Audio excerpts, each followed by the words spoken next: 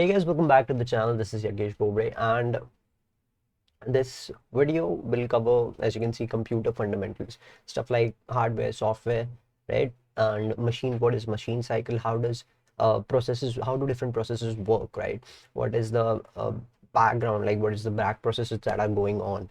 What is computer programming, and why is it needed, etc. We'll cover all these fundamental topics, and I'm going to be very honest about this, that all this is not exactly required for you to learn programming, but I feel like if you know this, it will give you a better understanding of how everything works, right?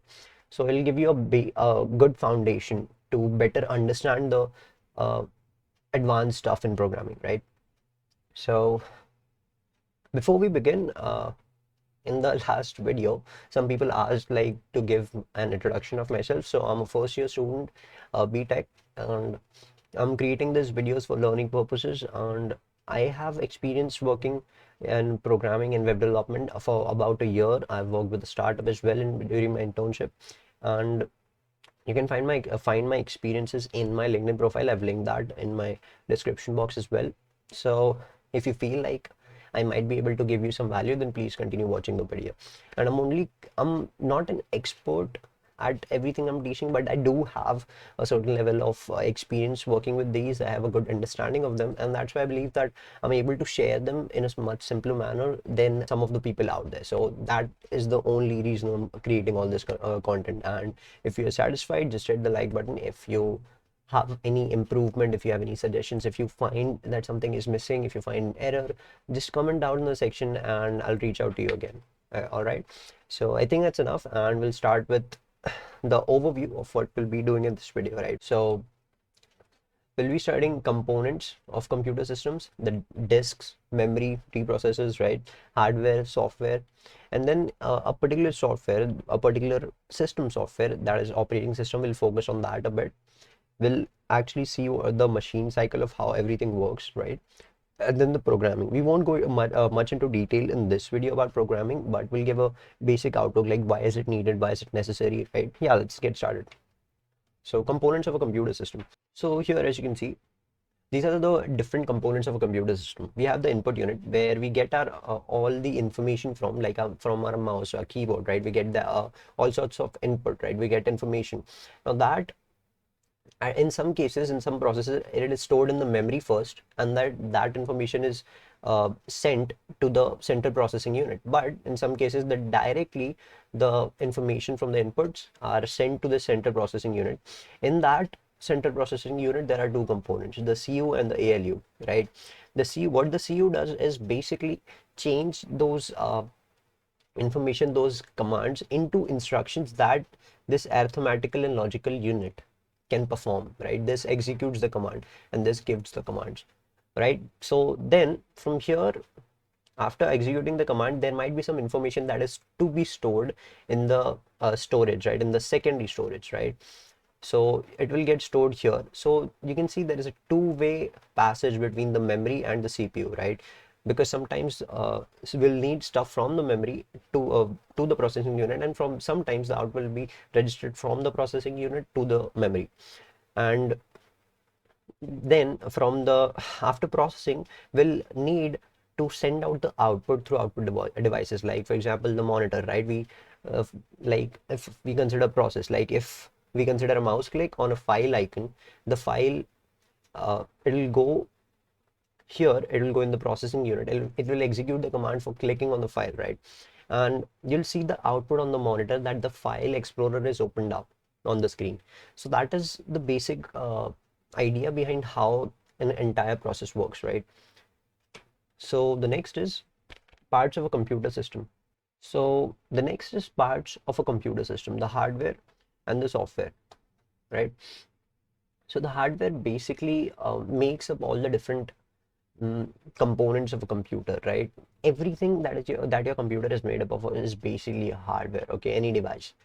It can be as small as a transistor. It can be as small as a transistor to as big as a monitor. Okay, so now you can classify all these different devices into types. Like there are other types as well, like disks, right? Memory, like RAM and ROM. right? The processor, the central processing unit, and the input devices and the output devices. These are the major categories, right? So that is what the hardware is. We'll dive deep into each one of them in the later slides, but now let's look at the software part. So what are softwares, right? Softwares are basically programs, or what is a program? Basically instructions that are required for the computer to understand like what it has to do, right? See, we have all these hardwares, right?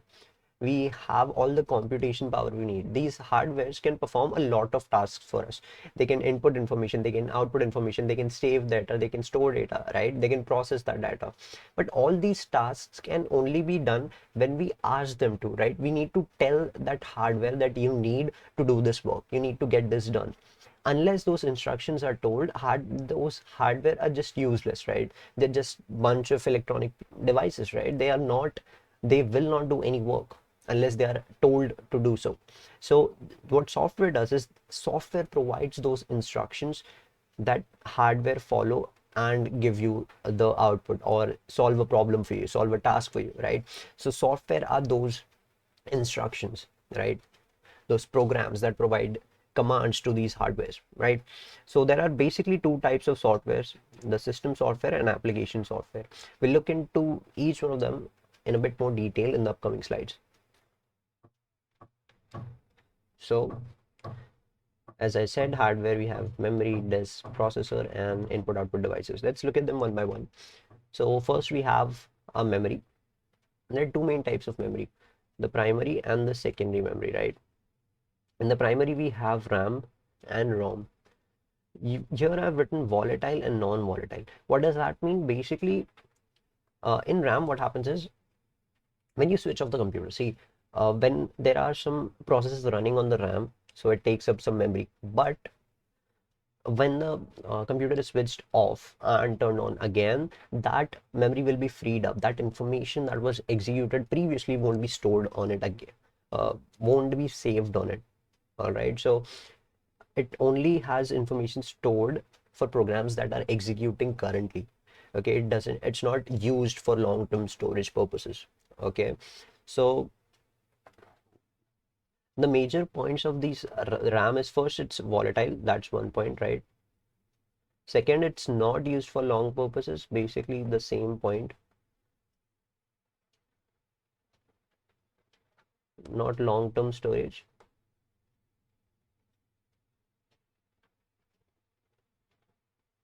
Now, other than that, it's very fast in executing things. So the execution time for the RAMs are very fast, but they are very expensive and provide less capacity. Like the space they have is very less in compared to the expense, right? And the major reason why they're expensive is because they are very fast, right? Every program that is currently running on your computers is run on RAM. Okay, and now the next we have the ROM, right? So ROM, as you can see, is non-volatile, first thing. The other is a ROM. If you know the full form, it's a read-only memory. So you can't change anything on this memory, right? Anything that is stored on this will be stored like that, right? You can't change it. So this memory has some important software, some important programs pre-installed in it, right? Like the BIOS. Whenever when you boot up your PC for the first time, remember that screen settings that open up, that is the BIOS, right? That is stored in the ROM. And all the other uh, configuration things that are required for the computer to start, right? Things that we don't want to change in any case, right? If we change this, then your computer might not boot up, right? So we don't want any changes in this file. That is why these programs are stored in the read-only memory, right? And that's the basic info. We'll see that we'll see more points in the slides, but let's move on. The second type is the secondary memory. So secondary memory is very simple to understand. It's long-term storage memories. right? It's non-volatile, right? And it's far less expensive as compared to the RAM, right? It's slower, of course. It's slower, and any like examples are any external hard drives that you've used, right? Any external storage devices like hard drives, like pen drives, flash drives, CDs, etc. All these are the secondary memory, right? These can be used to store long-term data, images, videos, movies, etc. Anyways, moving on. So here you can see the points written in a point-wise manner. So the primary main memory, it is used to execute a program. So the main memory is used to execute a program, right? Instruction and data loaded into main memory. It's very expensive. It has less capacity. The secondary memory, as I told you earlier, stores data and instructions permanently. Permanently basically means for a longer period of time, right? It's cheap, less expensive, can store large volumes of data. So, and it's very slow, right, as compared to the RAM. So that are the basic differences between primary and secondary memory. In the primary, we have the RAM and the ROM. We already saw all these points. You can just go through all these points once more. I've also provided three different types of ROM, the PROM, EEPROM, and the EEPROM. The basic difference is we can actually access and change and delete the programs that are currently on the ROM in these types of ROM, right? So as you can see, it's programmable, it's erasable, it's electrically erasable. So we use electricity to erase the programs already installed in the ROM in this case. You can go through them. You'll find this interesting as well. The static RAM and dynamic are also something that I want you to guys to search yourselves. Are might be interesting for some of you guys. I don't know. I might just be a nerd, but anyways, moving on. We have the images for both of these, the RAM and the ROM. You can just take a quick look. Now, the secondary memory, right? So secondary memory is used for storing data information for longer period of time. We have examples: the hard disk, optical disk, compact disk, flash drive, magnetic tapes, etc. Right? Now, coming back to software. I already told you what software are used for, right? So we have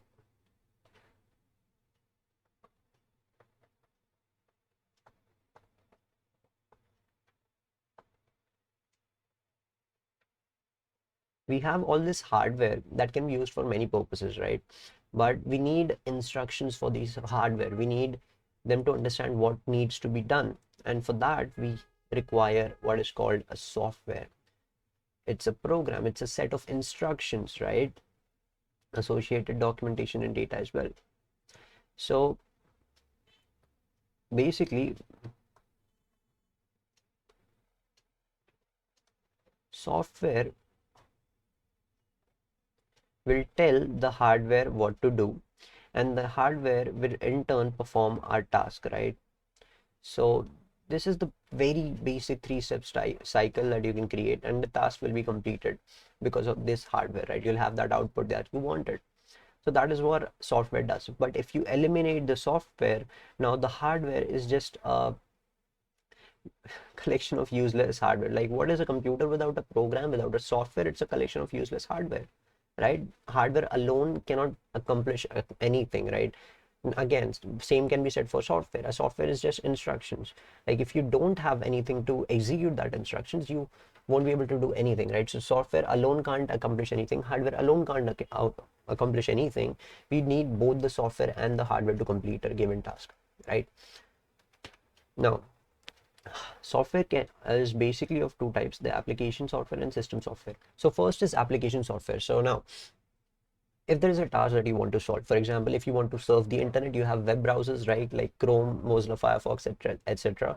So you had a task and you created an application, you created a software, a program to solve that problem, to focus on that problem, right? So that is an application software.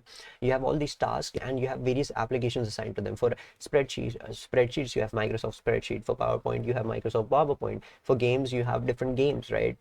So all these various tasks specified by are specific to application, a particular application, and that is basically what an application software is, right?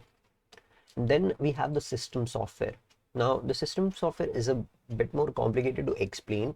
You can just read about it here, a general programming environment in which programmers can create specific application to suit their needs, right? So you can, the system software provides you a basic programming environment, right? You can run other application softwares in it, right? You can run application software in this environment, right? You can create more application softwares, and system software also provides programs that actually allocate hardware, right? We need something to tell that how much of the RAM we need to use, how much of this memory we need to use, right? So the system software provides such programs that give instructions of how much to allocate all these resources, right? Now, in system software, there is one particular software that is very important that we'll see in the next slide. So here we have the operating system. Operating system is a system software, and basically the primary goal of the operating system is to make the computer convenient and effective to use. It's that simple. So it provides you many services, right? If you even open up your Windows, there are various uh, applications that it supports, right? Now, it has many other things as well. Like, it provides you icons for different applications so that it's easier for you to understand what its purpose is, right? And operating system also ensures that the system resources like CPU, memory, and IO devices, etc., are utilized efficiently. This is very important, very important, because this makes sure that each process, each background process, or any execution process that is going on gets the correct amount of resources that it needs, right? And not extra memory is being wasted on it. Otherwise, it could be a hassle and your memory would be wasted, right? Your computation power is being wasted if it's not done properly. So that's why operating systems are very important, right? Now, these are all the tasks of operating system that you can just take a look at, right? Handles outputs and inputs, loads and run other software applications, move data from the hard disk, on all these, right? You can just take a look. Now, that we know all the components, we'll just come back and just once again take a look at the machine cycle, right? These are the three main components of the machine cycle, right? The main memory, the control unit, and the ALU. This together, the control unit and the ALU together is our processing unit, right?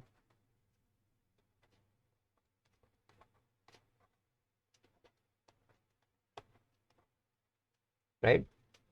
And what happens is, from the main memory we get instructions, right? And in the control unit, the instructions are decoded into commands. The third, in the ALU, we execute those commands, and the results are then stored in the memory. This is a very basic machine cycle, right?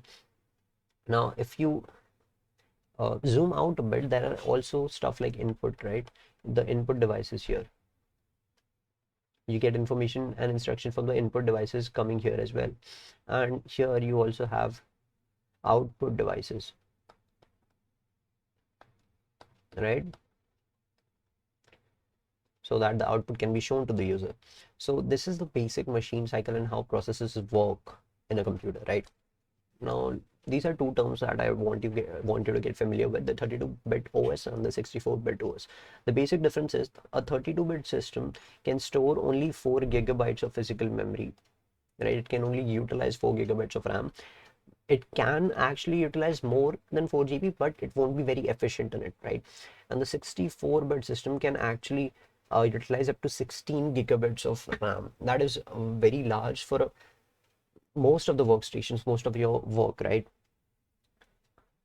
So that is the basic difference between 32-bit and 64-bit OS, right? Now, our main topic for today is computer programming. In software, we looked, right? Software basically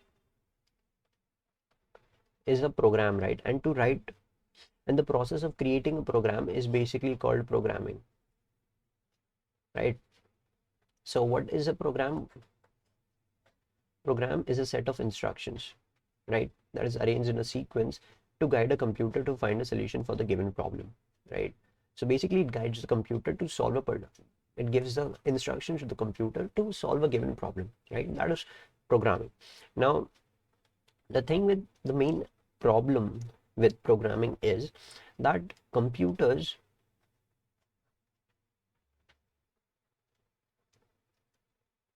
don't understand us, right? Computers don't speak our language, they don't know English, right? They only understand zeros and ones, right? This is their language, the binary language, right?